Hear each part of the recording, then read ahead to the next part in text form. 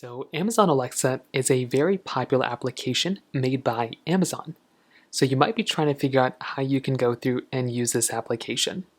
Now, this is an app that allows you to control a lot of devices around you, and it also has like a little chat thing built in.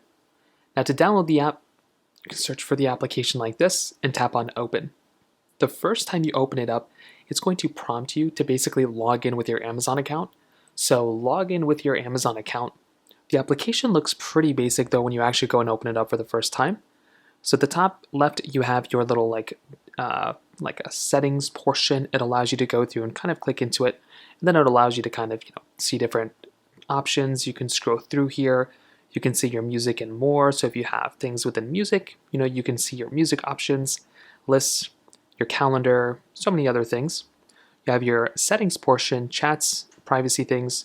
But you can tap on settings if you want to modify your settings portion of the Alexa application. Hopping back out, you'll see your notifications tab. So you can tap on notifications if you want to see your notifications. Currently I have it turned off. And in the top right, if you tap on it, it'll bring you into your Alexa page. So here it'll show you all the different things within Alexa. So you can customize a lot of these different settings here, and you can set up those things. Hopping back out of here, you'll have these different types of bars in the middle. So you can go through and you can see that you have the devices bar.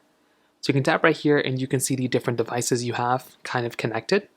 Hopping back out, under favorites, if you have any favorited tabs, any favorite automations, alarms and timers, any music things you have set up, you can go and see all that information right there.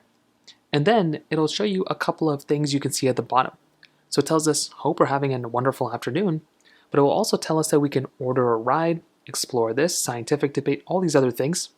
And we can actually ask Alexa to do certain things. We can ask Alexa to basically, do